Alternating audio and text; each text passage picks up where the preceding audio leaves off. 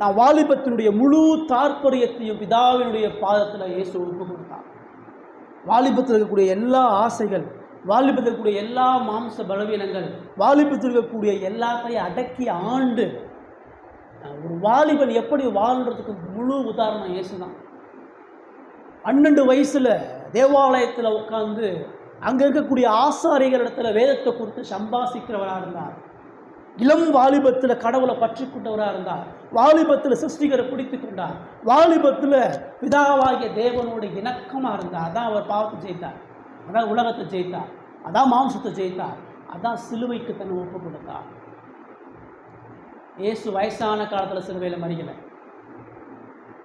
இயேசு நல்லா 100 வயசு வரைக்கும் வாழ்ந்து போய் சிலுவையில் மறிக்கலை. இயேசு வாலிபத்தில் தேவனுக்காக வாழ்ந்தார்.